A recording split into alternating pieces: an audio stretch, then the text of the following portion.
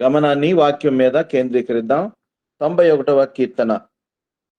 ఈ 91వ కీర్తన మొదటి వచనం మనం చూచినప్పుడు, మహోన్నతుని చాటు నివసించువాడే సర్వశక్తి నీడను విశ్రమించువాడు అనేటువంటి వాక్యం.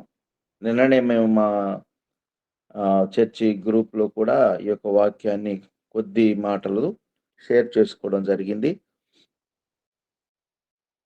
ఇక్కడ నివసించుట అనేటువంటిది, విశ్రమించుట అనేటువంటిది 2 శ్రేష్టమైనటువంటి పదాలు మాత్రమే కాదు గానీ, మన జీవితంలో మనకు అవసరమై ఉన్నటువంటి, తప్పక అవసరమైనటువంటి 2 అంశాలు, లేకపోతే 2 ఘట్టాలు, లేకపోతే 2 అనుభవాలని చెప్పవచ్చు మనకు. నివసించుట, విశ్రమించుట. అదే విధంగా ఇద్దరు ఒకే వ్యక్తికి సంబంధించినటువంటి 2 శ్రేష్టతలు మనకిక్కడ కనపడుతూ ఉన్నాయి. ఒకటి మహోన్నతుడు, 2 సర్వశక్తుడు. వీళ్ళిద్దరూ ఒకటే. మహోన్నతుడు, సర్వశక్తుడు ఇద్దరు కూడాను ఒకటే. ఇద్దరు ఒకటైనప్పుడు మరి 2 పేర్లు ఎందుకొచ్చాయనంటే, ఒక వ్యక్తి ఒకడే కానీ ఇద్దరు 2 పేర్లు మనం 2 నామవాచకాలలో పిలువబడటం మనం గమనిస్తాం. మనకందరికి తెలుసు మన ఇంట్లోనే ఒకే వ్యక్తి భర్తగా ఉంటాడు. ఇంకొకరికి తండ్రిగా ఉంటాడు. ఇంకొకరికి వేరేగా ఉంటాడు. కాబట్టి ఈ యొక్క ప్లేస్ అనేవి మారుతూ ఉంటాయి. Face is same. ఈ ప్లేస్‌లు మారుతూ ఉంటాయి. తండ్రి అనగానే అది ఒక పవిత్రమైనటువంటి రిలేషను. భర్త అనగానే అది బాధ్యతతో కూడినటువంటి రిలేషను. తండ్రి అంటానే మనకు జ్ఞాపకం వచ్చేది ప్రేమ. తండ్రి బిడ్డల మధ్య ఉండేటువంటి ప్రేమ. భర్త అనగానే కూడా జ్ఞాపకం వచ్చేది ప్రేమే కానీ అది భార్యాభర్తల మధ్య ఉండేటువంటి ప్రేమ. అలాగే దేవునికి మనకు మధ్య ఉండేటువంటి ప్రేమ అది అగాపే ప్రేమ. కాబట్టి ఈ విధంగా పదాలను గూర్చి గూడా మనం తెలుసుకుంటం ద్వారా మన యొక్క ఆ యొక్క స్థితి యొక్క ఇంటెన్సిటీ, తీవ్రత మనకు అర్థమవుతుంది. కాబట్టి ఇక్కడ మానవ జీవితంలో 2 శ్రేష్టమైనటువంటి అవసరతలు అని చెప్పవచ్చు. నివసించుట, విశ్రమించుట. నివసించుట అనేది డ్వెల్లింగ్ అన్నారు. మనం ఇప్పుడు నివసిస్తున్నాం. మనం కుటుంబంతో నివసిస్తూ ఉంటాం. లేదా ఎవరైనా చదువుల నిమిత్తం వెళ్తే అక్కడ కొంతకాలం చదువుకొని మరలా రావడం జరుగుతుంది. ఉద్యోగరీత్యా అన్నప్పుడు కొంతకాలం అక్కడుండి మళ్ళీ తిరిగి రావడం టెంపరరీ ఇవన్నీ కూడాను. అయితే నివాసము కూడా టెంపరవరీనే. మనం ఈ లోక సంబంధం కాదని మనకు తెలుసు. అయితే ఈ లోకానికి సంబంధించి ఎక్కువ కాలం మనం నివసించేటువంటి ప్రాంతము లేదా స్థలము అనేది చాలా ప్రాముఖ్యమైనటువంటిది. నివాస యోగ్యమైన మరి ఇల్లు అని మనం వెతుకుతూ ఉంటాం. మనం ఉండటానికి ఏవేవి అవసరతలో అనేవి మనం చూసుకొని, దాంట్లో ఆ ఇంట్లో మనం నివసించేదానికి ఏర్పాటు చేసుకుంటాం. అది సొంత ఇల్లైనా, బాడుగ ఇల్లైనా. అయితే మానవుని యొక్క జీవితము దానికి ముందు ఒక్క మాట చెప్తాను. ఈ నివాసం అనేది మానవుడు పూర్వకాలంలో గుహలలోను, చెట్ల తొర్రల్లోనూ పెద్ద పెద్ద వృక్షాలుంటాయి. అలాగా నివసిస్తూ, తర్వాత చిన్న చిన్న ఇల్లుగా, మట్టి ఇల్లుగా, తర్వాత పూరికప్పులుగా, తర్వాత డాబాలుగా, తర్వాత కన్‌స్ట్రక్షన్ స్ట్రాంగ్‌గా మరి లాదు వేసినటువంటి ఇళ్లల్లోనూ, తర్వాత మిద్దెలు, మేడలు, ఇప్పుడు అపార్ట్‌మెంట్లు. కొన్ని భూకంపాలొచ్చేటువంటి ఏరియాస్‌లోనైతే అట్టలతో కట్టుకుంటారు. అంటే ఎందుకు అనంటే, ఆ తుఫాను అది కదిలి కూలిపోయినప్పుడు మనుషుల మీద పడి అత్యంత ప్రమాదం. ఈ యొక్క తేలికపాటి అట్టలైతే కూలినా కూడా దెబ్బలు తగలవు. ఇలాంటివి తదనుగుణంగా వారు నివాసయోగ్యమైనటువంటి ఇళ్ళని ఏర్పాటు చేసుకుంటారు. ఇప్పుడు మన పాయింట్‌కొద్దాం. మానవుని యొక్క జీవితము అత్యంత భయానకమైన కాపుదల లేనటువంటి ఆహ్, నివసించుటకు యోగ్యము కానటువంటి పరిస్థితులలో ఉన్నది. ఒకటి స్థలము, 2 పరిస్థితి. స్థలము అంటే ఇల్లు. ఒక్కొక్కాయనకి ఇల్లు చూస్తుంటే నేను మొన్న నా క్లాస్‌మేట్ వాడి ఇల్లు చూస్తే 14,00,00,000 14,000 గాదు, లక్షలు గాదండి. 14,00,00,000.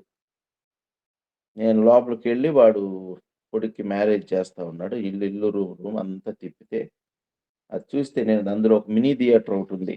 కాన్ఫరెన్స్ హాల్ ఒకటుంది. ఈ విధంగా రకరకాలుగా డబ్బు పెరిగే కొద్దీ ఇవన్నీ పెరుగుతూ ఉంటాయి. ఆ డబ్బు ఎలా సంపాదించాడనేది పక్కన పెడతాం. కనుక ఆ ఇంట్లోనూ నిద్రబోయేది కొద్దిసేపే. ఆ ఇంట్లోనూ తిండి తినేది కొంచెమే. మనం నిద్రపోయేది కొద్దిసేపే. అంటే కంపారిటివ్‌గా చూస్తే 6 గంటలు నుంచి 8 గంటల వరకు. కొంతమంది మహానుభావులుంటారు. ఎప్పుడు నిద్రపోతూనే ఉంటారు వాళ్ళు. మా మనం కొంతమందికి మరీ ఇది స్పెషల్‌గా ఉంటుంది. మాట్లాడుతూ తూగుతుంటారు. కూర్చొని కాసేపు గ్యాప్ ఇస్తే నిద్రపోతారు. సరే ఇది డిఫరెంట్ థింగ్. మానవునికి అవసరమైన నిద్ర 6-8 గంటల వరకు.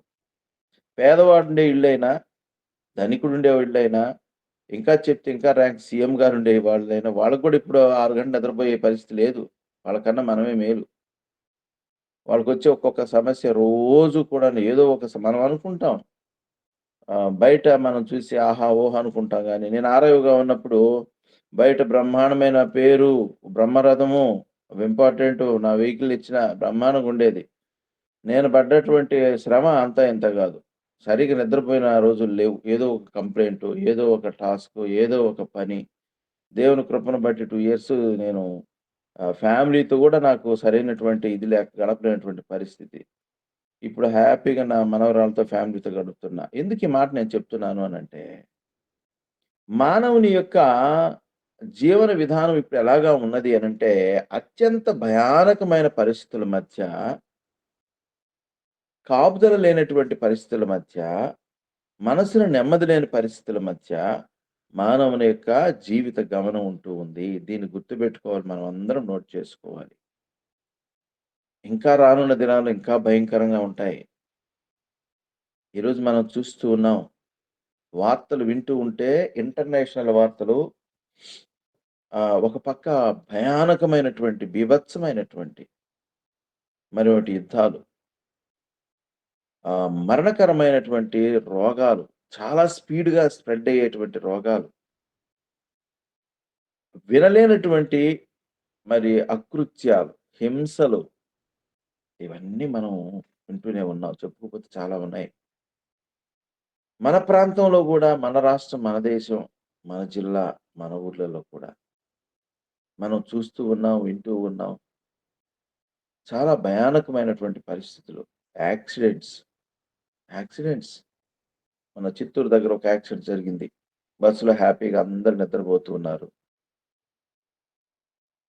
ఎదురుగా ఒక లారీ ఇనుప చువ్వలతో వచ్చింది.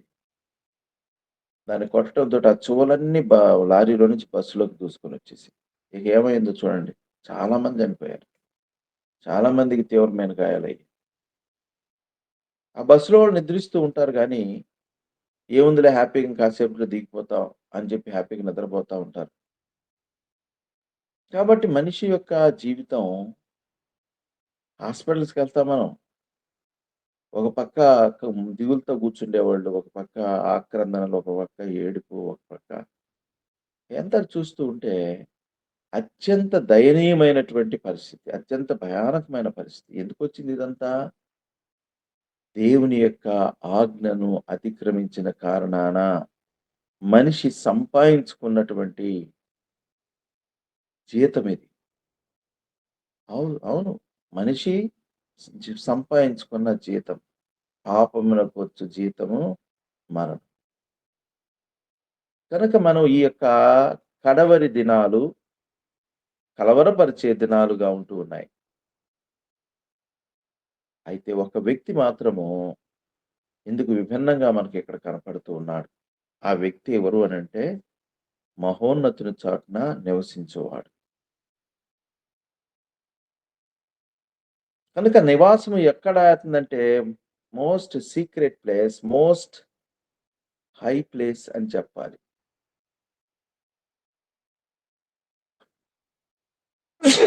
సారీ. ఇక్కడ ఆయన పేరు ఏమని చెప్పబడింది అనంటే మహోన్నతుడు, ఉన్నతమైనటువంటి వాడు. నాది మ్యాథమెటిక్స్ సబ్జెక్ట్. నేను చెప్తా. ఉన్నతి అనగా ఎత్తు అని అర్థం. ఎల్ షేప్‌లో 2 గీతలు గీస్తే, ఎల్ షేప్‌లో ఒకటి ఉందనుకుందాం. అది బేల్దారి దగ్గర ఉంటుంది. మూలమట్టం అంటారు దాన్ని. ఎల్ షేప్‌లో ఉంటుంది. వాటన్నిటి మధ్య 90 డిగ్రీల యాంగిల్. అంటే ఒకటేమో నిటారుగా ఉంటుంది. ఒకటి భూమికి సమతలంగా సమాంతరంగా ఉంటుంది. ఈ యొక్క నిటారుగా ఉండేదాన్ని ఉన్నతి అంటాం. ఉన్నతి అంటే స్ట్రెయిట్, హైట్ అని అర్థం ఎక్కువ. ఇవి 2 ఒకదానికొకటి 90 డిగ్రీలు. అంటే ఒకటి ప్యారలల్, 2 పర్పెండిక్యులర్. ఒకటి సమాంతరం, 2 లంబంగా ఉంటుంది. అయితే దేవుడిచ్చేటువంటి కాపుదల అది ఉన్నతమైనటువంటిది. అంటే ఈ లోకంలో సమాంతరంగా మనకు ఉండేటువంటి ఈ కాపుదల, ఈ భద్రతలన్నిటికంటే విభిన్నమైనటువంటిది ఉన్నతి. దేవుని యొక్క కాపుదల అనేటువంటిది అది అత్యంత శ్రేష్టమైనటువంటిది. కాబట్టి మనం దేవుని యొక్క ఉన్నతమైనటువంటి గుణాలు కలిగిన వాడు కాబట్టి ఆయన, శ్రేష్టమైనటువంటి గుణాలు కలిగిన వాడు కాబట్టి ఆయన ఉన్నతుడు అన్నాడు. అయితే ఆ విధమైనటువంటి గుణాలు కూడా ఇంకెవరు లేని కారణాన అవి అత్యంత శ్రేష్టమైన కారణం ఆయన్ని మహోన్నతుడు అన్నాడు. అంటే ఇంకా గొప్పవాడని అర్థం. కనుక ఒక వ్యక్తి ఆయనని నివాసయోగ్యంగా చేసుకున్నాడంట. అవునా? ఇది నిజమేనా? కరెక్టే. ఇది నీకు నాకు గూడా వర్తిస్తుందా? వర్తిస్తుంది. ఖచ్చితంగా వర్తిస్తుంది. మహోన్నతుని చాటున నివసించడం. మనం చూస్తూ ఉంటాం. పిల్లలు తిరుగుతూ ఉంటారు. ఆడుకుంటూ ఉంటారు వాళ్ళు. ఒకడెవడైనా గాని ఈ బిడ్డని భయపెట్టడానికొచ్చినప్పుడు ఇమ్మీడియేట్‌గా ఎక్కడికొస్తాడంటే అమ్మ పక్కనో, దగ్గర నాన్న పక్కనో దాక్కుంటాడు. లేదా అమ్మమ్మో, తాతయ్య పక్కనో ఇమ్మీడియేట్‌గా వెనక్కి దాక్కుంటాడు. అంటే యూ టేక్ కేర్ అని అర్థం. నీవు నన్ను గూర్చి జాగ్రత్త తీసుకో. నీవు అతన్ని ఆపేయగలవు అనేటువంటిది. కాబట్టి ఎప్పుడు ఆయన్ని మనం నివాసయోగ్యంగా చేసుకుంటాము అనంటే, ఆయన గురించి ఎంత తెలుసుకుంటామో అంతగా ఆయనలో మనం నిలిచి ఉంటాం. ఆయన యందు మనం నివసిస్తాం. ఆయన వెనక మనం నివసిస్తాం. అనగా ఆయన కాపుదలలో ఉంటాం. ఆయన వెనక మనం భద్రంగా ఉంటాం. ఈ దినాల్లో అవసరమైనటువంటిది మరి ఆ స్థలము లేదా ఆ స్థానము దేవుడు అని మనం గుర్తుపెట్టుకోవాలి. మహోన్నతుడని గుర్తుపెట్టుకోవాలి. ఉదయకాలంలో సంతోషకరమైన వార్త ఏంటంటే జాగ్రత్తగా వినాలి. ఒకవేళ ఎవరైనా నిద్రపోతున్నారేమో కొంచెం అలర్ట్‌గండి. ఎందుకంటే సహజంగా నిద్ర వచ్చేస్తుంది మనకు. వీడియో కాల్ లేకపోతే ఖచ్చితంగా నిద్రపోతా వాక్యం వింటాం. వాక్యం వింటూ నిద్రపోతాం. వీడియో కాల్ ఉంటే చూస్తున్నారులే అని చెప్పేసి మొఖాలు కనపడతాయేమో అని జాగ్రత్తగా ఉంటాం. కాబట్టి మనకు మంచి స్వేచ్ఛుంది. ఏదో ఈ వీడియో కాల్ ఆఫ్ చేసుకొని వాక్యం వినేటువంటి స్వేచ్ఛ. ఆర్గనైజర్స్ గూడా పాపం ఈ కష్టాలు, బాధలు గమనించేమో ఎందుకులే వీడియో కాల్ అని చెప్పి ఉదయాన్నే పాపం ఎట్లాగా ఉంటారో అని ఒక ఫెసిలిటీ ఇచ్చారు. కానీ అది నిద్రపోయేదానికి ఉపయోగించుకోవద్దు. దేవుడు మనల్ని చూస్తున్నాడు. ఎందుకంటే ఇప్పుడే ప్రార్థన చేశాం. దేవా నీ సన్నిధి అన్నప్పుడు ఖచ్చితంగా we should be very alert. కాబట్టి దేవుని యొక్క మరి గొప్పతనం ఇక్కడ మనకు కనపడుతూ ఉన్నప్పుడు మనం ఆయన ఎరిగే కొద్దీ ఆయనని మనము ఆయన యందు నిలిచి ఉండటం అనేది పెరుగుతూ ఉంటుంది. ఒక వస్తువు యొక్క ప్రాముఖ్యతను మనం తెలుసుకునే కొద్దీ ఇప్పుడు మనకు చాలా మందికి ఈ యొక్క కంప్యూటర్ సిస్టమ్ చాలా మందికి తెలీదు. ఈ గ్రూప్‌లో ఉన్న వాళ్ళందరమే. కానీ ఒక వ్యక్తి మాత్రం దీని మీద నిత్యము పోరాడుతానే ఉంటాడు. ఎడిట్ చేస్తానే ఉంటాడు. దానిలో డెప్త్ ఎంతో తెలుసు. నాకు గూడా తెలీదు వాస్తవంగా. నేను కూడా కొన్ని డౌట్స్ అడుగుతుంటాను. వినీత్ ఉన్నాడు మనలో మన గ్రూప్‌లో. ఇప్పుడు వింటున్నాడు. కాబట్టి ఆ యొక్క దాని గురించి తెలుసుకుంటూ ఉన్నప్పుడు దాన్ని ఉపయోగించే విధానము, దాని నుంచి మనం ఫలితం పొందే విధానము అది చాలా మరి ముఖ్యంగా ఉంటుంది. కాబట్టి ఇక్కడ దేవుని గురించి ఎరగడం వేరే, దేవుని గురించి తెలుసుకోవడం వేరే, దేవుని గురించి వినడం వేరే. 3 అంచెలున్నాయి. వినుట, తెలుసుకొనుట, ఎరుగుట. తర్వాత ఇక్కడ తెలుసుకొనుట అంటే మనం ఇప్పుడు నేను వాక్యం చెప్తున్నాను మీరందరూ వింటూ ఉన్నారు. నా మాట ద్వారా వింటూ ఉన్నారు, తెలుసుకుంటూ ఉన్నారు. అది కొంత. అయితే దేవుని గురించి వినుట, దేవుని తెలుసుకొనుట, దేవునిని ఎరుగుట. ఎరుగుట అనేది that is the fine word. ఎరిగేవాడు ఎవరునంటే చాలా సమీపంగా జీవిస్తుండేవాడు. సంభాషణలో ఉండేవాడు. ఆ వ్యక్తితో కలిసి జీవిస్తుండేవాడు. ఆ వ్యక్తి అన్ని పరిస్థితులు ఎలాగా ఉన్నాడు అని తెలుసుకునేటువంటి వాడు. కనుక ఆ వ్యక్తిని ఎరగడం అంటే ఇది. కాబట్టి అందుకని దానియేలు గ్రంథంలో ఒక మాటుంది. తమ దేవుని ఎరుగువారు బలము కలిగి గొప్ప కార్యములు చేయుదురు. ప్రియమైన దేవుని బిడ్డలారా గుర్తుపెట్టుకోండి. ఈ దినాలలో పరిచర్యలు జరుగుతూ ఉన్నాయి. వాక్య బోధలు జరుగుతూ ఉన్నాయి. సువార్త ప్రకటించబడుతూ ఉంది. అన్నీ జరుగుతూ ఉన్నాయి కానీ, కార్యాలు మాత్రం చాలా తక్కువ. పెద్ద పెద్ద మీటింగులు, భ్రమలు కల్పించే మీటింగులు జరుగుతున్నాయి గానీ, ఉజ్జీవం లేని ఉజ్జీవ కూటాలుగా మిగిలిపోతూ ఉన్నాయి. నేను చిన్నప్పుడు ఈ కూటాల్లో నేను 10థ్ క్లాస్ ఇంటర్మీడియేట్‌లో నేను ఎల్‌ఎఫ్ మీటింగ్స్ కానివ్వండి, లేకపోతే భక్సింగ్ సహవాసంలో మీటింగ్స్ కానివ్వండి, ఇవి చూస్తూ ఉన్నప్పుడు చెన్నైకెళ్ళి ఇంటర్నేషనల్ మీటింగ్ చూస్తూ ఉన్నప్పుడు, సేవకుడొచ్చి కన్నీటి ప్రార్థన చేసినప్పుడు, ఎక్కడ వాళ్ళు అక్కడ నేడ్చేవాళ్ళు. నేను పాపిని ప్రభువా, నేను దోషిని ప్రభువా, నేను గర్విష్ఠిని ప్రభువా, నేను అహంకారిని ప్రభువా, నేను చెడ్డ పనులు చేశాను ప్రభువా, హింసించేటువంటి వ్యక్తిత్వం నాలో ఉంది ఏడ్చేసేవాళ్ళు బోరున. నేను బిత్తరపోయి ఈళ్ళకి ఏమైందిరా చూసేటువంటి వాళ్ళం. ఎందుకనంటే చిన్నవాడిని గదా! అయన్నీ నేను చూసినప్పుడు ఇప్పుడు ఎక్కడ కనపడుతున్నాయి ఇక్కడ? ఇప్పుడెక్కడ కనపడుతున్నాయిక్కడ? పాటల్లో ఆనందం, సంగీతంలో ఆనందం, మ్యూజిక్ ఇన్‌స్ట్రుమెంట్స్ ద్వారా ఆనందం. ఆ! ఇంకా వేషం ధరించడం ద్వారా ఆనందం. ఇంకోటి గాని ప్రభువుని ఎరుగుటలో ఆనందం. ఆయన వ్యక్తిత్వమును తెలుసుకున్న ద్వారా ఆనందం. ఆయన వాక్యమును గ్రహించడం ద్వారా ఆనందం. ఎక్కడున్నాయి? కాబట్టి మనం వినుమట్టి వారమే కాదు కానీ, తెలుసుకుని వారం మాత్రమే కాదు గానీ, ఆయన ఎరుగుట అనే అనుభవం మన జీవితంలో ఉన్నదా? ఈ ఉదయకాలం ప్రశ్నించుకుందాం. అలా ఉంటే ఆ వ్యక్తి మహోన్నతుని చాటు నివసిస్తాడు. రెండవదిగా ఈ మహోన్నతుడైనటువంటి వ్యక్తే ఎందుకంటే మన సమయం అయిపోతుంది కాబట్టి నేను ఇక్కడికే మరి క్లోజ్ చేస్తున్నా. మహోన్నతుడు అనేటువంటి పదం. రెండవదిగా సర్వశక్తుడు. He is almighty God, empowered God. సర్వశక్తుడు. అన్నిటికీ చాలినటువంటి దేవుడు అనేటువంటి మాట. ఆయన శక్తి, సామర్థ్యములు మనం గమనిస్తూ ఉన్నప్పుడు ఆశ్చర్యం కలుగుతుంది మనకు. ఆయన క్రియేటివ్ పవర్ శూన్యం నుంచి సమస్తమును సృష్టించినటువంటి దేవుడు. మాట మహత్తు చేత సమస్తమును ఎగ్జిస్టెన్స్‌లోనికి ఉనికిలోకి తీసుకొచ్చిన దేవుడు. మాట మహత్తు చేత తన బిడ్డలకు జయమును ప్రసాదించినటువంటి దేవుడు. మోషే మరి చెయ్యి ఎత్తినప్పుడు ఆ నీళ్ళని ఎర్రగా రక్తంగా మారిపోవడం. చూసాం మనం. అక్కడ జరిగినటువంటి వండర్స్ చూసాం మనం. శత్రువును లోబరుచుకునేటట్టుగా ఆయన కార్యం. ఉదయకాల సమయంలో సర్వశక్తుడు నీకు అర్థమయ్యాడా? ఆయన ఎరిగామా? ఆయన ఎరిగితే మనము బలము కలిగి గొప్ప కార్యాలు చేస్తామంట. కనుక మన జీవితంలో ఏదియు నివాస యోగ్యమైనది కాదు. ఏదియు విశ్రమించతగినది కాదు.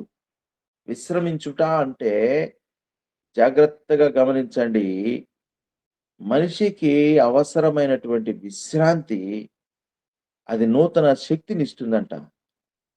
ఇప్పుడు నిద్రపోయాం రాత్రి బాగా అలసిపోయాం నిన్నంతా డే అంతా పనిచేసి రాత్రి విశ్రమించాం, నిద్రించాం. ఉదయం ఫ్రెష్‌గా లేచాం. అయినా ఇంకా మనం నిద్ర మత్తు కొద్దిగా ఉంటది. పగులంతా తిరిగాం, అటు తిరిగి ఎండలో తిరిగేసాం. కొంచెం అన్నం తినేసాం వచ్చి పడుకుంటే హ్యాపీగా రిలాక్స్‌గా నిద్రపోతాం. వీడని సమస్య ఏదన్నా ఉన్నదైతే నువ్వు కడుపు నిండా 2 సార్లు తిన్నా కూడా నిద్ర రాదు. మనశ్శాంతి ఉండదు. కనుక విశ్రమించుట అనంటే అత్యంత ప్రశాంతమైనటువంటి పరిస్థితి మన జీవితంలో. ఎప్పుడు సర్వశక్తిని నీడలో మనం ఉన్నప్పుడు గుర్తుపెట్టుకోవాలి. ఇక ఏదొచ్చినా ఆయనే చూసుకుంటాడు. నాకేమీ కాదు. దానియేలు మరి సింహపు బోనులో వేయబడాలి. మరణ శాసనం తయారైనప్పుడు దానియేలు చాలా నింపాదిగా ఉండగలిగాడంట.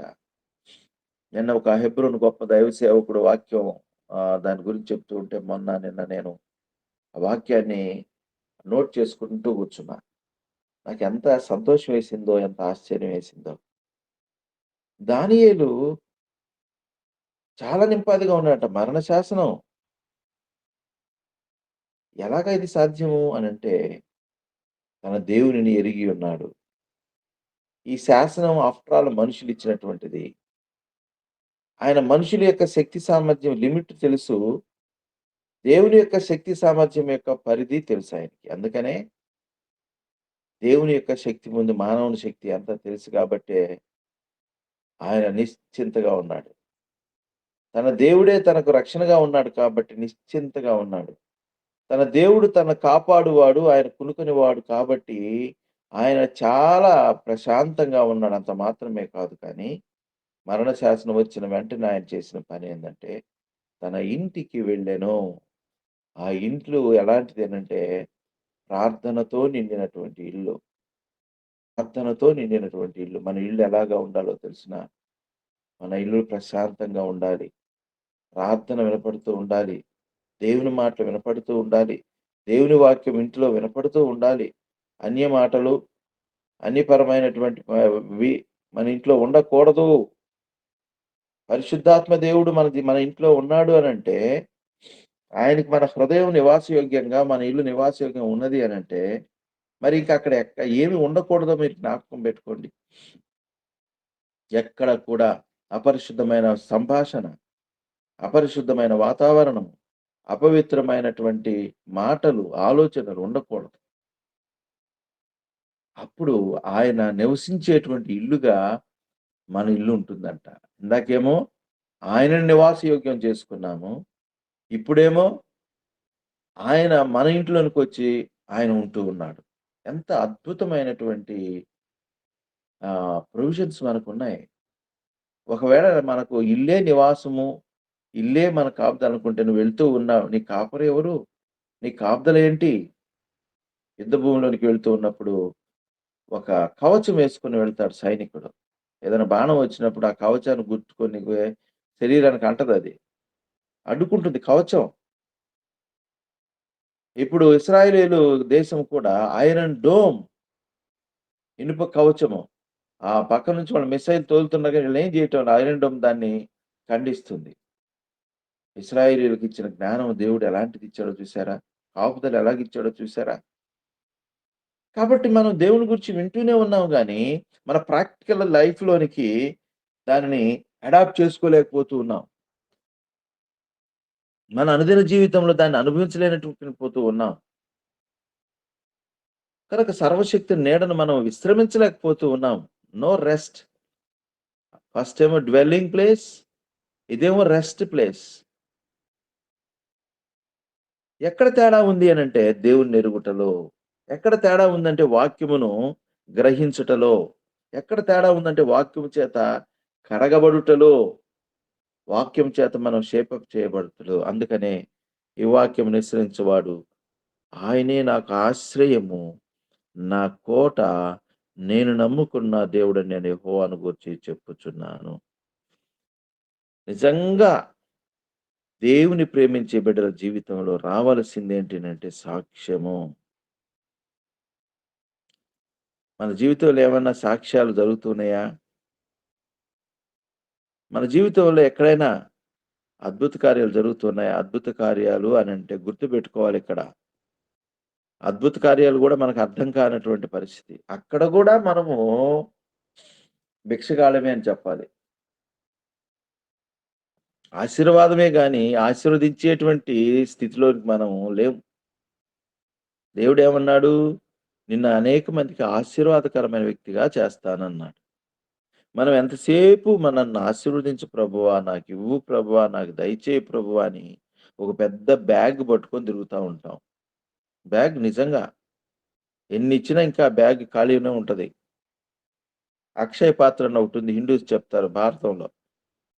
అలాంటిది ఈ బ్యాగు. నేను ఇంకొకరికి ఆశీర్వాదకరంగా ఉండాలి. నేను మొన్న ఆలోచిస్తూ ఉన్నప్పుడు నా మిసెస్‌తో కూడా అన్నా. దేవుడు నాకు అప్పగిచ్చినటువంటి బాధ్యతలో సంఘమును పోషించుట, సంఘమును కాయుట అనే విషయంలో నేను పరిశీలించుకుంటూ ఉంటే నాకు కొంచెం గ్యాప్ కనపడుతూ ఉంది చాలా వరకు. చాలా వరకు గ్యాప్ కనపడతా ఉంది. న్యాయం చేయగలుగుతున్నానా? దేవుడు ఒక అద్భుతమైన బాధ్యత ఇచ్చాడు. మొట్టమొదట నేను ఆ బాధ్యత నా దేవుని కోసం చేస్తున్నానా? నా తృప్తి కోసం చేస్తున్నానా? మనుషుల మెప్పు కోసం చేస్తున్నానా? ఎందుకంటే ఈ రోజుల్లో చూస్తూ ఉంటే నిజమైన సేవ దారి మళ్ళింది. నిజమైన బాధ్యతలు కనిపించటం లేదు. వ్యక్తిగతంగా ఒక్కొక్కరు హెచ్చించుకుంటూ ఉన్నారు. నిన్న ఒక డెత్ దానికెళ్తే మా మేడమ్ ఆమె డిస్ట్రిక్ట్ ఆఫీసర్ రిటైర్ అయిందామె. ఆమె చాలా పర్వాలేదు. ఆమె చాలా బహుశా 85 అలాగుంటుంది. ఆహ్, ఆహ్, వచ్చారు తను. అక్కడ కూర్చుంటే నేను పోయాను పోతా అని పాపం చేయి పట్టుకుంది. నేను ఆప్యాయంగా సరే ఇంటికెళ్ళి నడుచుకుంటే నేనొస్తాను మేడం డ్రాప్ చేస్తాను కార్ అని చెప్పి ఎక్కించుకుంటే ఎన్నో మాటలు మాట్లాడుకుంటూ అంటుంది. ఒకప్పుడు జీజాన్ గారు ఇక్కడ నెల్లూరులో మీటింగ్స్ పెట్టినప్పుడు నేను ఆమెని పర్మిషన్ అడిగి ఆహ్, ఆహ్, ఇక్కడ డౌనీలో జీజాన్ గారు సండే స్కూల్ యూత్ తీసుకుంటుంటే నేను జాయిన్ అయ్యా ఆసక్తితో. అప్పుడు నేను జ్ఞాపకం చేసుకుంటే నవ్వుకున్నాం. నిజమే కదా! ఎంత ఆసక్తి. ఎవరైనా పెద్ద పెద్ద మీటింగ్స్ అనుకుంటారు. నువ్వు సండే స్కూల్‌కి అడిగొచ్చావు. నన్ను పర్మిషన్ అడిగి కూర్చున్నావు జాగ్రత్త. ఎందుకని అంటే ఆసక్తి. నీ ఇంటిని గూర్చిన ఆసక్తి నన్ను భక్షిస్తుందన్నాడు దైవ సేవకుడు, భక్తుడు. దేవుని ఇంటిని గూర్చి, దేవుని నివాసం గూర్చి, దేవుని కార్యములు గూర్చి, దేవుని కొరకైన జీవితమును గూర్చి, నా ఆశ మనలో ఎంతవరకు ఉన్నది? It is not just like a program. ఇది ఒక ప్రోగ్రామ్ లాగా ఉండకూడదు. It should be a perfect release of God's glory. అది దేవునికి నామమునకు సంబంధించి, దేవుని నామమును ఘనపరిచేటువంటి, మహింపరిచేటువంటి ఒక కార్యముగా మనలో నుంచి బయటకు రావాలి. అది సాక్ష్యం.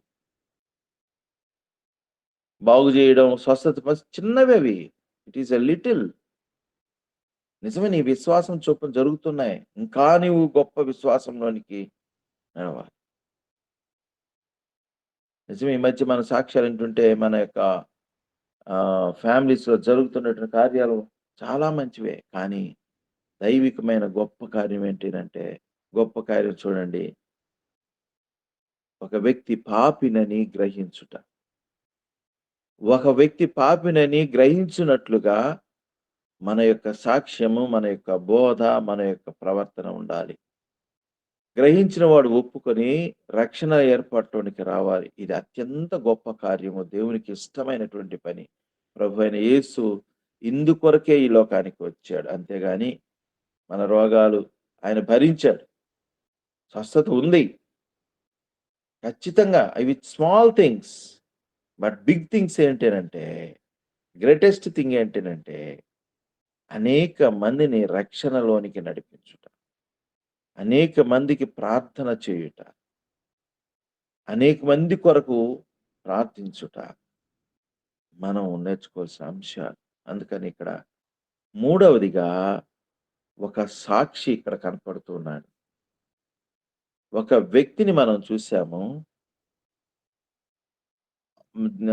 మహోన్నతుని చాటున నివసించే వ్యక్తిని మనం చూసాము. సర్వశక్తి నీడను విశ్రమించే వ్యక్తిని చూసాము. అయితే ఆ వ్యక్తిలో ఉండేటువంటి ఒక అద్భుతమైనటువంటి విషయం ఏంటినంటే, శ్రేష్టమైన సాక్ష్యము. ఏం చెప్తున్నాడో తెలుసునా? నాకు ఆశ్రయము. ఈరోజు మనుషులకి ఆశ్రయాలు చాలా ఉన్నాయి. డబ్బు, హోదా, స్థాయి రకరకాలుగా ఉన్నాయి. ఆయనే నాకు ఆశ్రయము. నా కోట నేను నమ్ముకున్న దేవుడని నేను యెహోవాను గూర్చి చెప్పుచున్నాను. చెప్పగలమా ఈరోజు యెహోవాను గూర్చి? కనుక మూడవది మనలో నుంచి రావాల్సినది సాక్ష్యం. దేవుని స మా ప్రియమైన దేవుని బిడ్డలారా, ఇక సమయం అయిపోయింది. నేను కంక్లూజన్‌లోకొచ్చాను. ఈరోజు మనం అర్థం చేసుకుందాం. మన ప్రవర్తన యథార్థంగా ఉన్నదా? మన ప్రవర్తన ప్రభువును మెప్పించేదిగా ఉందా? మన భక్తి జీవితంలో మరి ఏమైనా మరి ప్రోగ్రెస్ అభివృద్ధి ఉన్నదా? మహోన్నతుని మనం ఎరగటానికి మనము ఎంతవరకు వచ్చాము? సర్వశక్తుడని ఆయన గ్రహించుటలో మన యొక్క స్థాయి ఎంతలో ఉన్నది? అయితే మన నివాసం ఎలాగా ఉంది? మన రెస్ట్ ప్లేస్ విశ్రమించడం ఎలాగా ఉంది? మూడోదిగా మనకు ఔట్‌కమ్, మన జీవితంలో నుంచి ఔట్‌కమ్, మన సాక్ష్యం ఎలాగా ఉంది? అది ఇంకొకరిని ఎలిగించేదిగా ఉందా? ఇంకొకరిని ధైర్యపరిచేదిగా ఉందా? ఇంకొకరిని భక్తి జీవితాన్ని యాక్సలరేట్ చేసేదిగా ఉన్నదా? ఇదిగో అన్నను చూసినప్పుడు నేను ఎలాగున్నాను? అన్నలాగుంటే బాగుండు, అక్కలాగుంటే బాగుండు, ఆ సిస్టర్‌లాగా ఉంటే బాగుండు. లాగా అంటే గుడ్డలేసుకొని కాదు, లేపోతే ఇంకోటి చేసుకొని కాదు. ఆ ప్రభావకరమైన జీవితం, ప్రభావితం చేసే జీవితం నేను అలాగుంటే బాగుండు. కోరుకున్నట్టుగా మనం ఉన్నామా? ఈ ఉదయకాలం ఆలోచన చేద్దాం. దేవుడి యొక్క వాక్యాన్ని మన ఇంట్లో ఫలింప చేయనుగాక. ఆమేన్.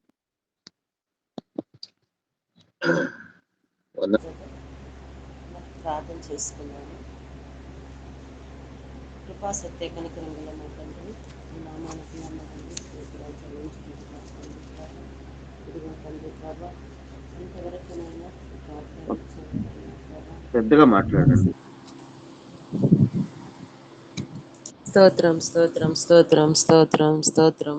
మహాగణుడా మహోన్నతుడా మీకే వందనాలు స్తోత్రాలు చెల్లించుకుంటున్నాం తండ్రి ప్రభ. ఇదిగో తండ్రి ప్రభ, ఈ ఉదయకాలమున నాయన ప్రభ మిమ్మల్ని ప్రార్థించుటకు, మిమ్మల్ని గణపరచుటకు ఇచ్చిన సమయాన్ని బట్టి మీకే వందనాలు స్తోత్రాలు చెల్లించుకుంటున్నాం తండ్రి ప్రభ. దేవా యేసయ్యా, ఇంతవరకు నాయన ప్రభ పాటల ద్వారా, వాక్యం ద్వారా మీకు మహిమ తెచ్చిన విధానం బట్టి మీకే వందనాలు స్తోత్రాలు చెల్లించుకుంటున్నాను తండ్రి. ఇంతవరకు నాయన ప్రభ నీ దాసుని తండ్రి ప్రభ నీ సిలువ చాటు మరుగుపరుచుకుని నాయన చెప్పబడిన వాక్యం నాయన ప్రభ ప్రతి ఒక్కరి జీవితాల్లో ఫలభరితంగా ఉండలాగన సహాయం చేయండి నాయన. అవును స్వామి, మహోన్నతుని చాటును నివసించేవాడు, సర్వశక్తిని నీడని విశ్రయించువాడు అని చెప్పి నీ వాక్యం ద్వారా మాతో మాట్లాడిన విధానం బట్టి ప్రార్థిస్తున్నాను తండ్రి ప్రభ. అవును స్వామి, ఆ మహోన్నతిని చాటున, అలాగే సర్వశక్తిని చాటున అయా మేము సాక్ష్య జీవితం కలిగి జీవించే భాగ్యం దయచేసినందుకు వందనాలు స్తోత్రాలయ్యా ప్రభ. నిన్ను ఎడబాయక నిత్యము నిన్ను ప్రార్థించే బిడ్డలుగా చేయండి నాయన ప్రభ. ఆశీర్వాదంతో తండ్రి ప్రభ అయా మేము తండ్రి ప్రతి ఒక్కరము నైనా ప్రభ నీ సన్నిధానంలో గడిపే భాగ్యం దయచేయమని ప్రార్థిస్తున్నాను తండ్రి ప్రభ. ఏటకాని ఊరిలో నుండి నాయన ఆయన నిన్ను విడిపించును, నాశనకరమైన తెగులు రాకుండా నిన్ను రక్షించునని చెప్పి నీ వాక్యం సెలవిచ్చి ఉన్నది నాయన. అవును స్వామి నాయన ప్రభ, నీ పక్క 1000 మంది పడినను తండ్రి ప్రభ, నీ ప్రక్క 10,000 మంది పడిన కూలినను ప్రభ, అపాయము నీ యొద్దకు రాదని చెప్పి నీ వాక్యం సెలవిస్తుంది నాయన ప్రభ. అవును నాయన ప్రభ, మేము ప్రార్థించుచుండగా నాయన ప్రభ నీ అద్భుత ఆశ్చర్య కార్యాలు మా మధ్య జరిగిస్తున్నందుకు నీకు వందనాలు స్తోత్రాలయ్యా. అనేకుల కొరకు ప్రార్థించే కృప మాకు దయచేస్తున్నందుకు నీకు స్తోత్రాలు చెల్లించుకుంటున్నాను తండ్రి ప్రభ. నీ దాసుడు తండ్రి ఇప్పుడు చెప్పబడిన వాక్యం నైనా ప్రతి ఒక్కరిలో ఫలభరితంగా ఉండి నైనా ప్రతి ఒక్కరూ ఆ వాక్యానుసార జీవితం దయచేసినందుకు స్తోత్రాలయ్యా. అందరికీ అర్థమయ్యే రీతిలోనైనా ప్రభ నీ వాక్యం సెలవిచ్చిన విధానం బట్టి నీకే స్తోత్రాలయ్యా ప్రభ. ఎవరు కూడా నశించిపోవడం మీకు ఇష్టం లేదు నాయన ప్రభ. అయా ప్రభ, అందరూ మారు మనసు పొందాలి నాయన ప్రభ. ఆయా వాక్యమునైనా ప్రతి హృదయాల్లోనైనా ప్రభ తండ్రి నాటుకునే భాగ్యం దయచేయండి నాయన ప్రభ. యేసయ్యా స్తోత్రం స్తోత్రం నాయన. ఆయా ఈ పరిచర్యలో పాల్గొంటున్న ప్రతి బిడ్డను తండ్రి ప్రభ వాక్యంతో నింపుతున్నందుకు నీకు వందనాలు స్తోత్రాలు చెల్లించుకుంటున్నాను తండ్రి ప్రభ. తండ్రి అదే విధంగా నాయన ప్రభ ఎవరైతే ఈ దినమున పాల్గొనలేకపోయినారో అటు వారిని మీరు దర్శించండి నాయన, మీరు మాట్లాడండి నాయన ప్రభ, మీ ప్రేమ చేత నాయన ప్రభ వారిని నడిపించమని ప్రార్థిస్తున్నాను తండ్రి ప్రభ. ప్రతి ఒక్కరితో మీరు సూటిగా మాట్లాడిన విధానం స్తోత్రం నాయన. నీ దాసుని కుటుంబాన్ని ఆశీర్వదించి దీవించండి నాయన.